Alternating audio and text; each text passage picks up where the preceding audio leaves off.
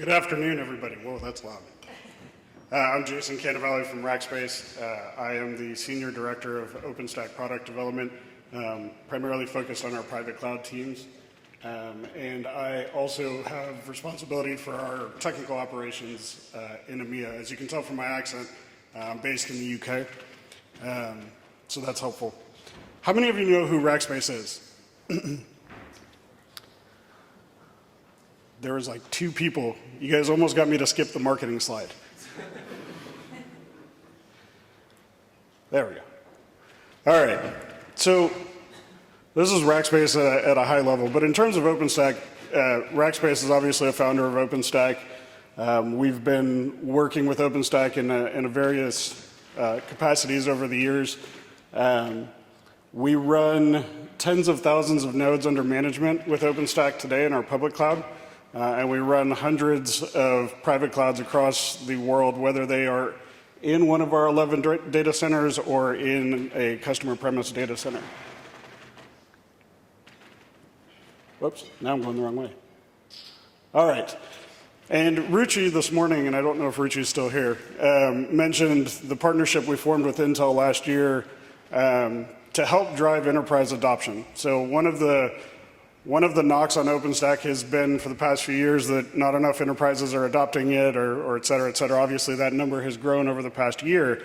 But what we wanted to focus on with Intel was features that would drive enterprise adoption and bringing more developers into the community. So we obviously have a hiring plan for Rackspace and Intel to hire OpenStack developers. We take them through a multi-week training program. And then we use them to accelerate enterprise feature development. Probably the biggest thing we've done recently is deploy 2 1,000 node clusters that are publicly available. You can go to osic.org, submit an idea, and we'll give you time on those clusters to test your project at scale.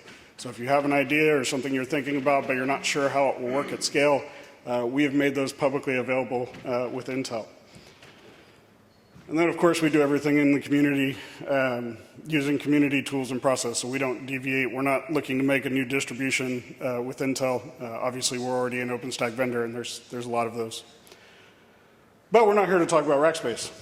So one of the things that we've spent a lot of time hearing about today, starting way back this morning, is the complexity of OpenStack and the multiple different ways that you can consume OpenStack, whether it's through a professional services vendor, whether it's through a distribution like Red Hat or SUSE or others, or whether it's as a service like a public cloud, like our public cloud, or I believe Dell just mentioned that they have a shippable rack solution. We do as well.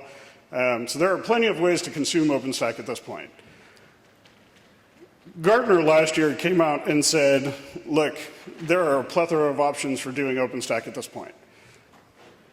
But most people don't understand because there's so many, right? Which one is going to fit best for my business? Which one should I select based on the talent I have? Should I do it myself, right? Do I have a big engineering team that has some experience with OpenStack, but I feel like can learn it very quickly? Or do I not? And do I need to work with a partner or a vendor, or do I need to do a customized deployment because of the integration points in my enterprise? But at the end of the day, there is still a lack of OpenStack skills in the market, primarily because OpenStack is complex, right? But OpenStack is complex is because it has to be. So this isn't me knocking OpenStack for being complex. OpenStack is complex because we have to support so many different types of infrastructures, right? Enterprises didn't all go into their data centers 20 years ago and say, I'm going to build the exact same infrastructure as my nearest competitor. I'm going to do things my own way. I'm going to have my own integrations, and I'm going to have my own authentication, my own billing systems, everything like that. So then you end up in a situation that you end up in with OpenStack where you look at Nova has 700 different options, 700 different ways to configure it, right? That's a lot for somebody coming brand new into OpenStack to know. So what we're going to talk about for the rest of my presentation is a couple of things. So I'm going to talk a little bit about the consumption models. And then we'll talk about the other two building blocks we talk to customers about when they're considering an OpenStack private cloud. So we'll start with consumption models. So customized delivery, often termed as professional services, right? This is, oftentimes we see customers going this route primarily because of the integrations that I mentioned earlier, right? They have very, very strict requirements that, whether it's from their network security teams or it's from their finance teams or their HR teams, there are very specific ways that things have to be brought into a data center for their company. So they'll often work with a professional services company who has OpenStack expertise to either create the integrations or understands how they already exist in OpenStack. Probably the easiest example of this is something like Keystone. If I go into an enterprise and they're using Active Directory as their authentication, great. Keystone can kind of do that. I may have to tweak it a little bit. It may not support all the organizational trees that I need. Again, you could end up in a very deep hole here. And I'm not knocking this. This is actually a very good way to get a cloud delivered. The trick with this is a lot of times what we see is customers going into the situation with very little understanding of OpenStack, right? So they will go in and they will say, this is how it needs to work for my data center, make it work with OpenStack, and then they get stuck because they've had to create specific integrations that now break the upgrade. We heard upgrades earlier. I believe it was Ken, who I can see in the back there, was talking about upgrades. Others have mentioned upgrades throughout the day. But this is one of those situations where we've gone out and customized something, and now I can't upgrade because that code path doesn't exist anywhere but inside my cloud, or it's changed significantly from version to version, which never happens with OpenStack. So that's one model. The other one we've heard a bit about today is distributions, SUSE and Red Hat and others, who have really nice ways to install and get up and running. As Ken said, we really don't need to keep talking about installing and deploying because it is really a solved problem. Many distributions will allow you to install a set of packages and then you go configure it, right? Or they have offerings like OSP or the SUSE Enterprise Cloud, where they give you some set of reference architecture and they allow you to build it up. They work with you and they give you lots of documentation. And this is a great model for a lot of reasons. One, it's a much faster way to get OpenStack up and running quickly, which is one of the biggest things we hear from enterprise customers. Is it's about time to return on investment. Right? I'm not looking for a 12-month science project. If I'm a CTO, I'm looking for you've got about 4 months to get your first app running and prove to me that this is going to make it. And oh, by the way, you must go cloud. So this model works. The only trouble we've seen with it is from an operational perspective. Right? This is the one thing we hear at every OpenStack summit.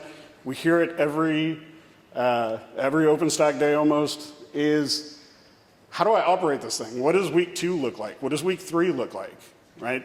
Is my software vendor going to be there to support me at 3 o'clock in the morning when my cloud has gone down and it's not a code problem, right? It's an operational problem. Is that my problem or is that the software vendor's problem? So we'll often see that come up. But if you really think down to what OpenStack was intended to be, it's intended to be it's intended to be an infrastructure as a service, right? It's not infrastructure as a science project. It's not infrastructure as a statement of work. It's infrastructure as a service.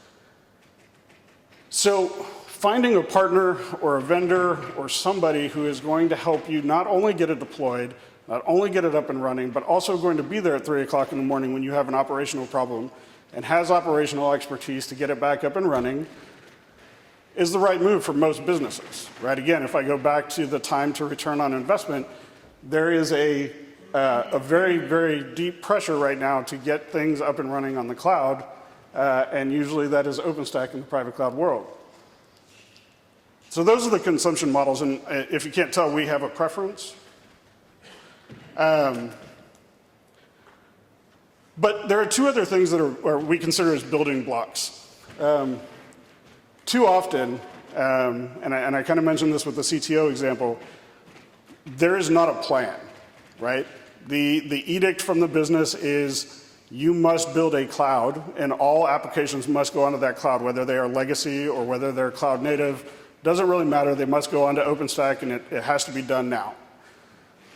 Those almost never succeed, right? If there is not a defined application or a defined path to success, these will never work.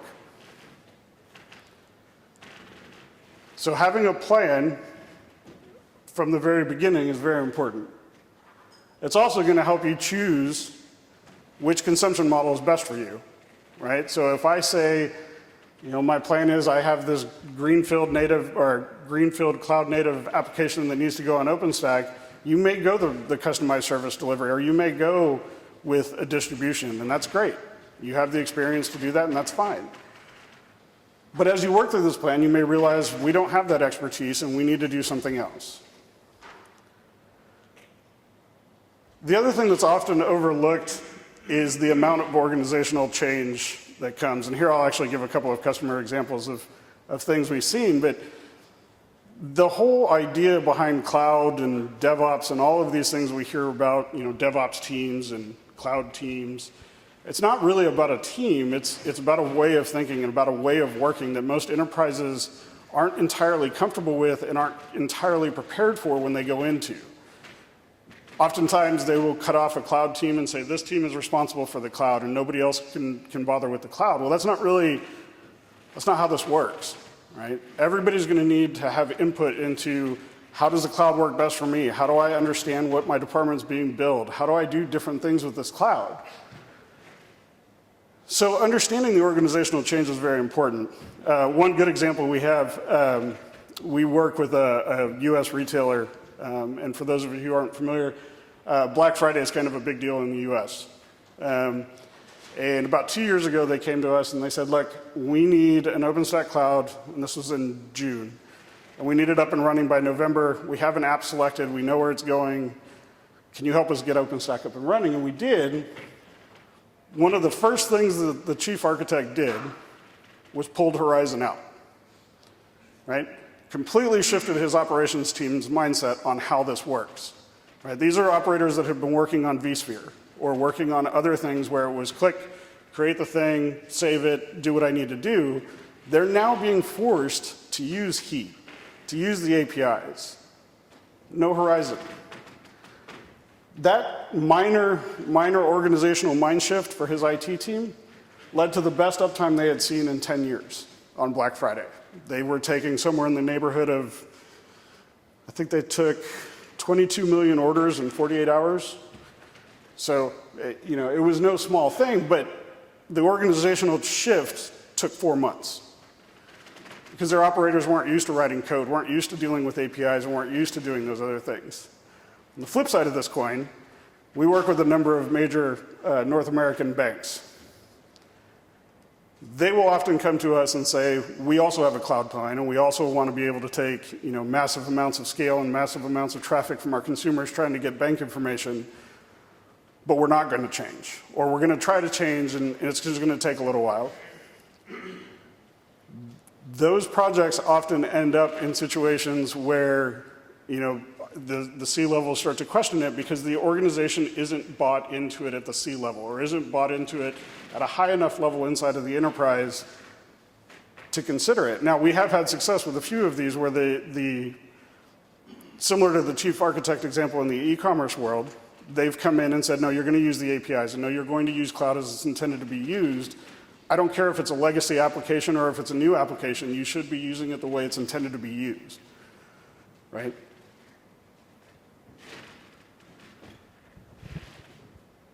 So, just a quick recap, because I think I'm running out of time. These are the building blocks.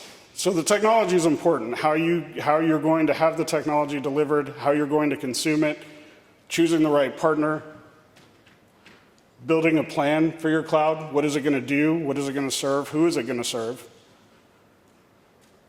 And organizational change, right? Making sure that you have the right level of buy-in to be able to make the structural changes you're going to need to make to support your cloud. And that's all I've got. Any questions for me?